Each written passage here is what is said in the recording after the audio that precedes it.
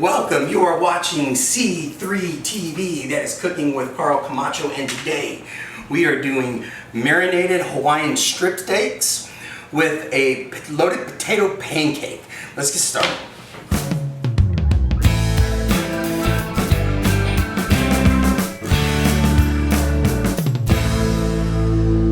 The first part of making a marinated Hawaiian strip steak is we got to make the marinade. So get my bowl here and get all your ingredients out for the marinade. And it's going to go really quickly. Okay, I have 2 cups of pineapple juice. That's going to add a lot of sweetness to it.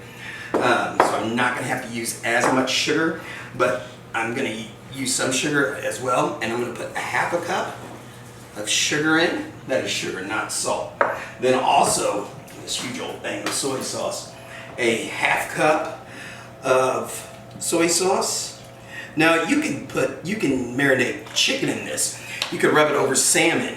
You could even put pork. Sometimes I know people frown upon pineapple and pork, but you can do it. And then 5 tablespoons of cider vinegar. Everything's really accurate. 2 teaspoons. Now be easy with this. This is sesame oil. This sesame oil is very strong and potent, and it can overtake the flavor. So, the best thing to do is open your sesame oil first.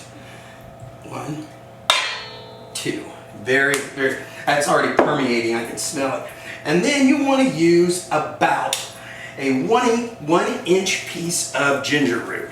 Okay, and if you notice here, I'm using a little spoon. I'm not using a vegetable peeler. Why? Because if I use a vegetable peeler, it will take off a lot of the flesh. I don't want a lot of the flesh to be taken off. Okay, so you got your ginger all peeled. Then we're gonna slice it. And a good thumb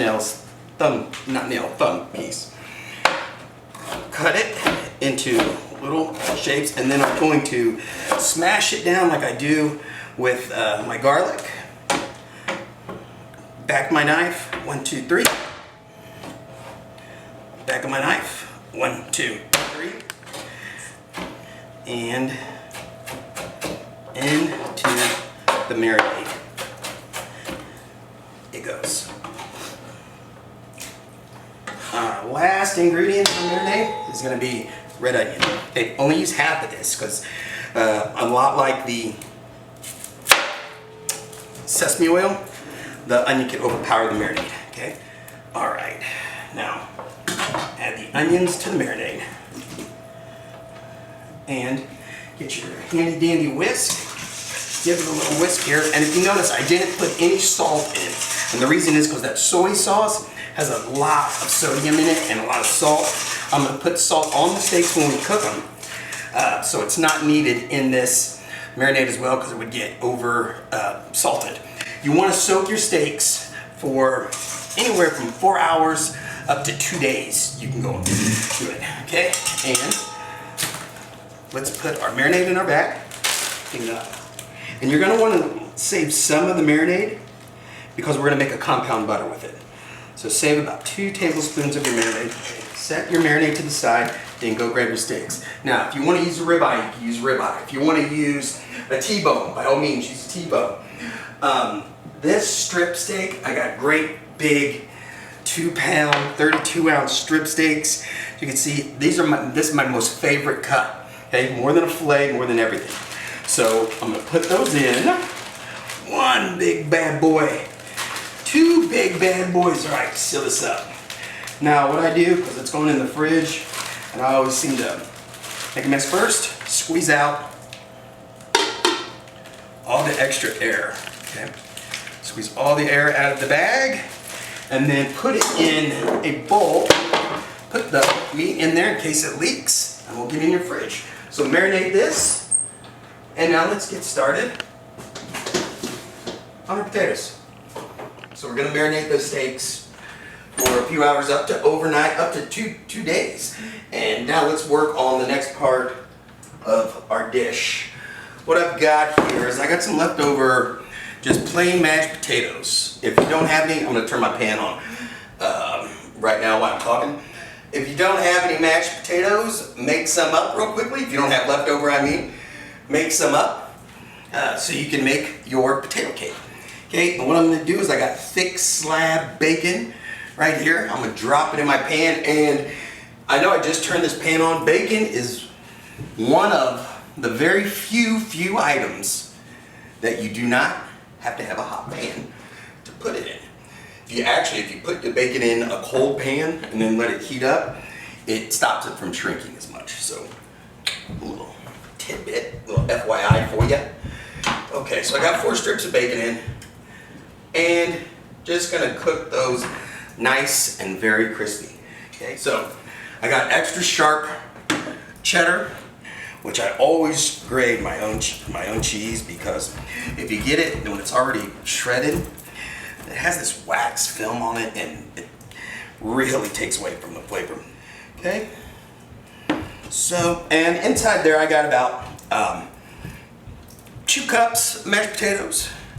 Then I'm gonna add to that about a cup of freshly grated cheese right there.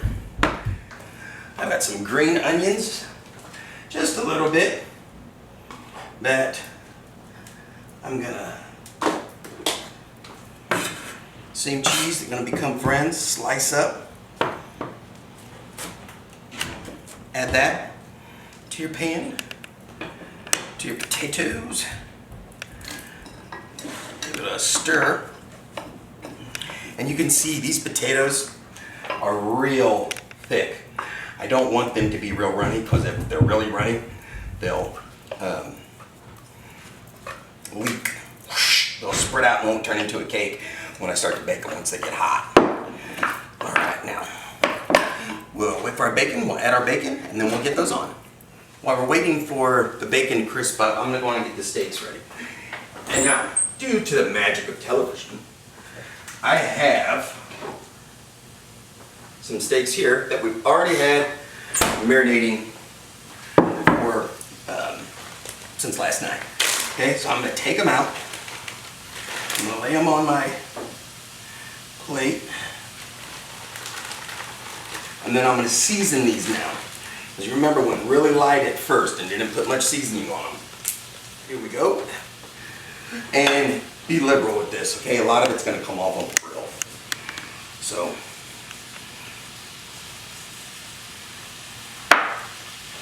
and freshly cracked pepper. Flip it, both sides, gotta season both sides. Okay, so here's my oil. And now I'm gonna throw these on the grill. Okay, so we're gonna put our steaks on. The grill is clean, it's hot, and it's oiled. Okay, and yes, you can do this outside on a charcoal grill or on a gas grill, but this is what we're working with today. And to lay that down, and that's the sound you wanna hear. You want to hear that sound instantly starting to crisp, and get that first side nice and crunchy. I'm laying them at a little bit of an angle. These are going to cook.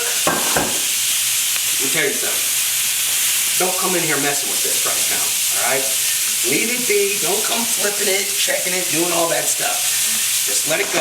These are going to cook for about 3 minutes on this particular direction. Then I'm going to rotate them to give them the hash marks, and then cook them for about another 3 to 4 minutes.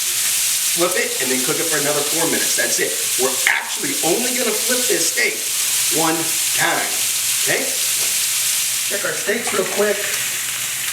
Yeah, that's good. Looks like we're ready to rotate. Okay, so now just going to rotate it.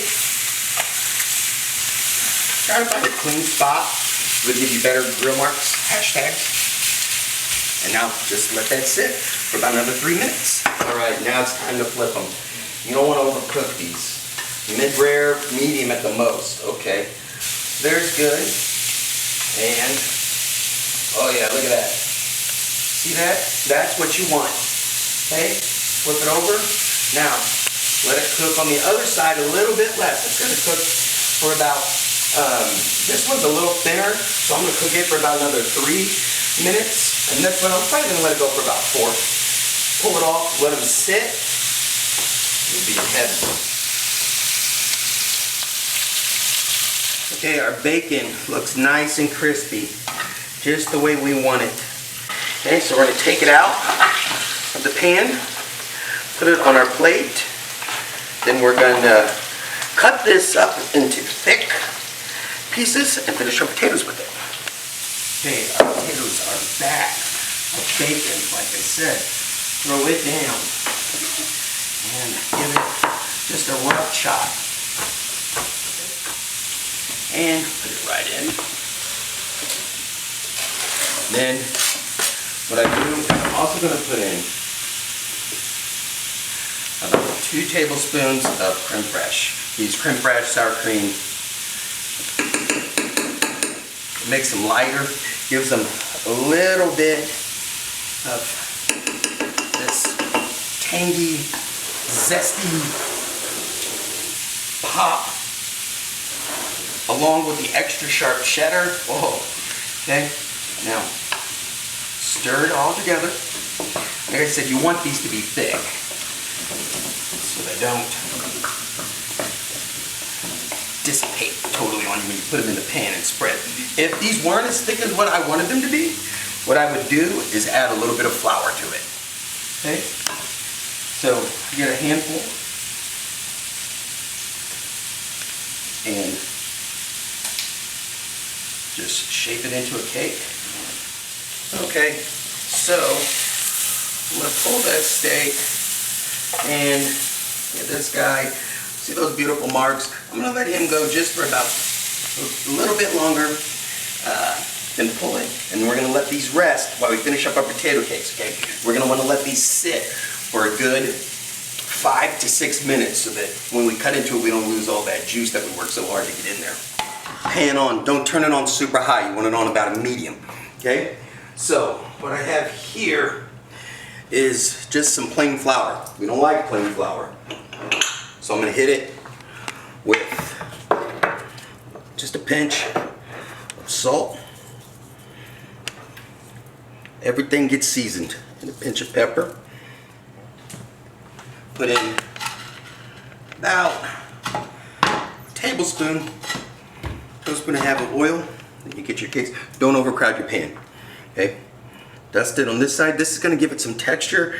It's going to give it a little bit of a crust. Okay? I'm going to set this right in here. And cook that for about 2 minutes. Everything's cooked in these things. We're looking just to get a nice color on them. Let those cook for 2 minutes. And you flip them. We'll be about done. Finish. 2 minutes have gone by. Just get your spatula right underneath it, and that's what you want. Just a nice little color right on top, and I can feel the texture.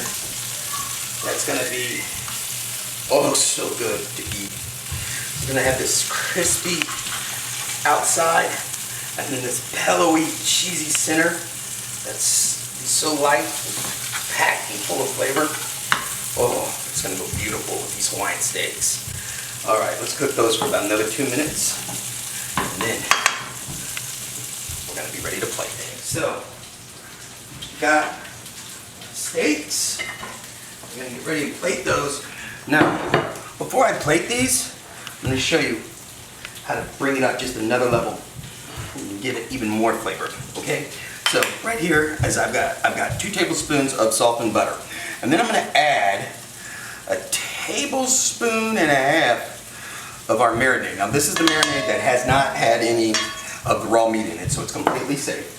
Basically, it's like a compound butter, just flavoring the butter. Okay, stir this together. Here's how we're going to do this. I'm going to get this, put it right on the center. Okay, then we're going to get that compound butter.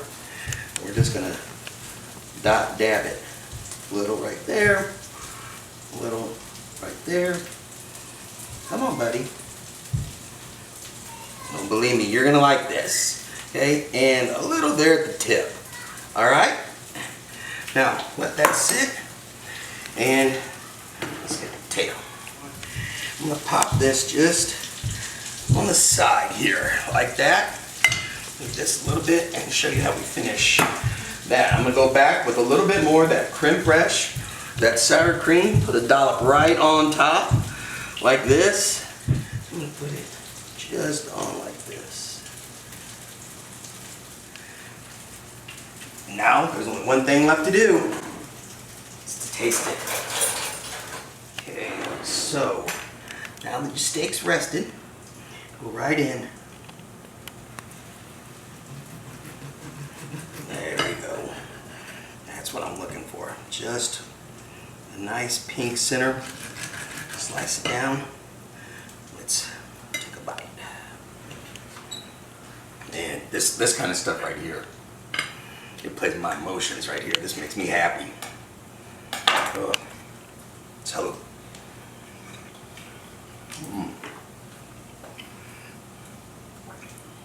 very extremely flavorful, absolutely delicious. I can taste the soy sauce. I don't want to talk with my mouth full. The sweetness from the sugar and the pineapple. Okay, now let's take a little bite of the potato.